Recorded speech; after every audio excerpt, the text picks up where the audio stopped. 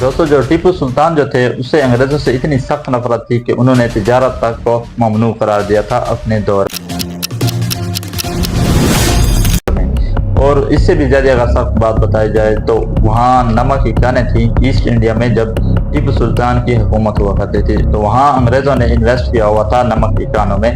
तो वहाँ से जो नमक निकलता था तो टीपू सुल्तान ने वो खाना भी अपने लिए बेहतर नहीं समझा, बगैर नमक के खाना खाते थे। लेकिन अंग्रेजों के बनाए हुए या उनकी इन्वेस्ट किए हुए नमक तक को नहीं खाते थे। कुछ इस कदर से नफरत थी टीपू सुल्तान को। अगर बात हम टीपू सुल्तान की दीनदारी की करें तो वो कुछ इस लेवल की थी कि टीपू सुल्तान ने अपने दौर में एक मस्जिद बनवाई और उसके इफ्तिताह के मौके पर पूरी अपनी रियासत की जितने भी हज़ारों लोगों करोड़ों लोगों को दावत दी कि आए इसके इफ्तिताह पर। जैसे ही लोग जमा होते हैं तो वो ऐलान करता है टीपू सुल्तान कि इस मस्जिद में पहली अजान और पहली नमाज वही बंदा पढ़ाएगा जिसकी आज तक कोई नमाज कज़ा ना हुई हो। कुछ देर देखने के बाद कोई भी आगे नहीं बढ़ा, सब पीछे हट गए। लेकिन जब टीपू सुल्तान ने कहा अगर आप में से किसी को ये शर्फ हासिल नहीं है कि आज तक आपकी नमाज कज़ा नहीं हुई तो ये शर्फ मुझे हासिल है कि मेरी आज तक नमाज कभी भी कज़ा नहीं हुई। तो उस वक्त जो थे टीपू सुल्तान की कुछ इस कदर लेवल थी दीनदारी में। तो उस मस्जिद में पहली अजान और पहली नमाज टीपू सुल्तान ने खुद पढ़ाई। अस्सलाम वालेकुम दोस्तों, मैं हूं अबरार और आज आपको बताऊंगा टीपू सुल्तान की जिंदगी के बारे में कुछ फैक्ट। दोस्तों, आपने मुसलमान हुक्मरानों के बहुत बड़े बड़े किस्से सुने होंगे, लेकिन अगर टीपू सुल्तान का किस्सा सुना जाए तो कुछ एक अलग लेवल का हमें एक सबक मिलता है, एक मौजू मिलता है। तो आज आपको मैं यही बताऊंगा टीपू सुल्तान की जिंदगी के बारे में कुछ फैक्ट। दोस्तों, जब टीपू सुल्तान की रियासत बनी और टीपू सुल्तान एक जंगजू थे, आप शायद जानते भी होंगे, तो उसे रियासत का नाम दिया गया रियासत खुदादाद। हालांकि मौरख ये लिखते हैं कि जब टीपू सुल्तान फॉर्म में आए, मतलब रियासत का चार्ज संभाला, तो वहाँ के मर्द जितने भी थे उन्होंने अपने खून पसीने की मजदूरी की हुई रियासत के खजाने में जमा करा दी थी, सिर्फ इस वजह से कि हमारी रियासत आखिर अपनी लेवल पर पहुंचे और दूसरे जो रियासतें हैं उनको हम अपना गुलाम बना सके। और जो औरतों के बारे में लिखा जाता है वो उनका कहना यह है कि औरतों ने अपने कीमती कीमती जेवरात, अंगूठियां, सोना वगैरह जो है सब खजाने में जमा कराकर रियासत के लिए एक अच्छा किरदार अदा किया। आजकल जो दौर है वो साइंस टेक्नोलॉजी का दौर है और हर चीज साइंस टेक्नोलॉजी में इस्तेमाल की जाती है। तो टीपू सुल्तान इसमें बहुत बड़े दादा थे।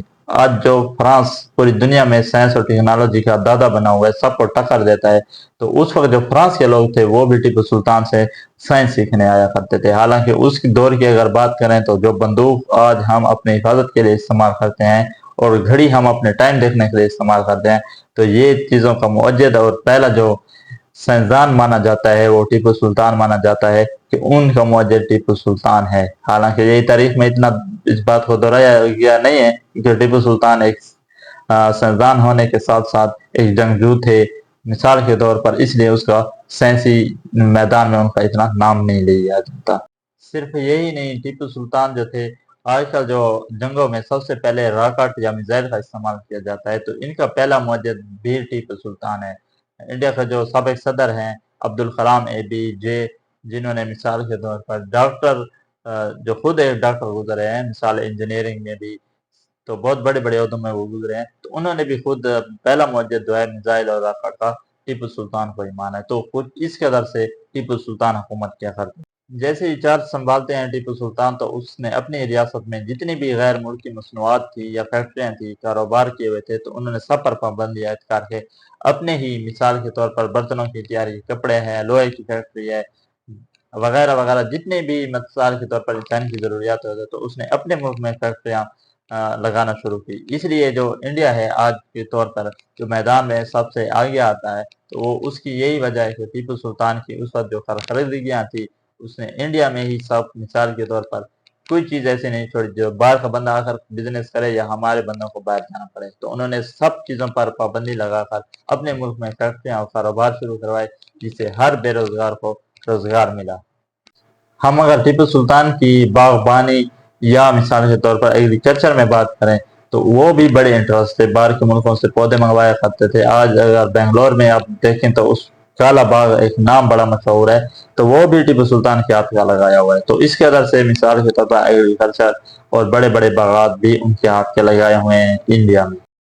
टीपू सुल्तान जो थे उसके दौर में दफ्तर हो गए, स्कूल हो गए, मदारस हो गए, जितने भी मिसाल के तौर पर गवर्नमेंट के अंडर होते थे, दफातर हैं या जितने भी शोबे हैं, तो उनमें सब में फारसी जबान बोली जाती थी। अरबी, इंग्लिश, उर्दू उस वक्त ये जबानें नहीं बोली जाती थी, यानी फारसी जबान पर उस पर अरूज था उस वक्त, और फारसी जबान ही बुलवाई जाती थी। अगर आप किसी और जबान से बोली जाती तो आपको एक सख्त सजा दी जाती। और अगर बात जंगों की करें तो 1792 में टीपू सुल्तान ने अपने ही हाथ के बनाए हुए रॉकेट मिसाइल अंग्रेजों के खिलाफ इस्तेमाल कर उनको बहुत बुरे तरीके से शिकस्त दी, और जो कि आज तक इस तारीख में याद रखा जाता है और हमेशा के लिए याद रखा। पहला जो जंगी रॉकेट अंग्रेजों के खिलाफ 1792 में टीपू सुल्तान ने इस्तेमाल किया था, उन्हें शिकस्त भी दी थी, तो वो ही जो रॉकेट का जो एक नक्शा है या फार्मूले हैं या मिसाल के तौर पर उसकी जिसामत है, तो वो आज भी यूरोप के म्यूजियम में रखे गए हैं।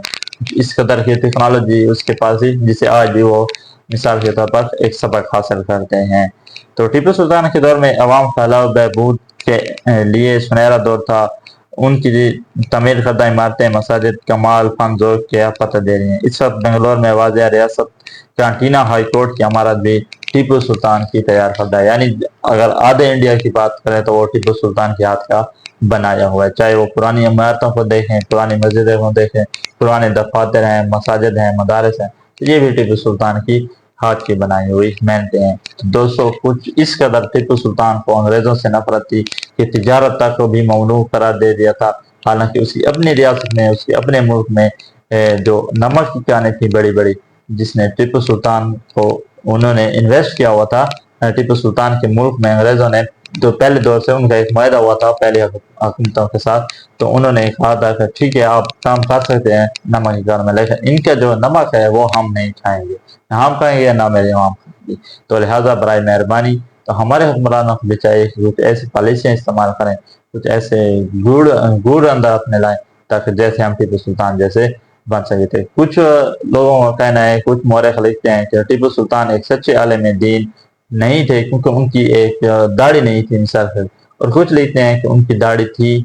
तो ये बात का हमारे पास कोई प्रूफ नहीं है उनकी दाढ़ी थी या नहीं थी, या एक सच्चे आलिम दीन थे या नहीं थे। लेकिन अगर उनकी मिसाल हिस्ट्री पढ़ी जाए तो लगता है ऐसे था कि मिसाल के तौर पर वो इस्लाम से ताल्लुक़ रखते थे और इस्लाम से वाकई मोहब्बत करते थे, जिसे अंग्रेज़ों से इतनी सख्त नफरत थी कि तिजारत तक को उन्होंने हराम करार दिया था। तिजारत तक को भी मिसाल के तौर पर वो अच्छा नहीं देखते थे। तो इसके तरफ कुछ लेवल थी। और आज जो इख्तलाफात है मिसाल के तौर पर दाढ़ी होना या ना होना, तो ये अल्लाह बेहतर जानता है। मिलते हैं आपको ये वीडियो अच्छी लगी हो तो एक लाइक जरूर दें और हमारे चैनल को जरूर सब्सक्राइब। मिलते हैं अगले वीडियो। अल्लाह हाफिज़।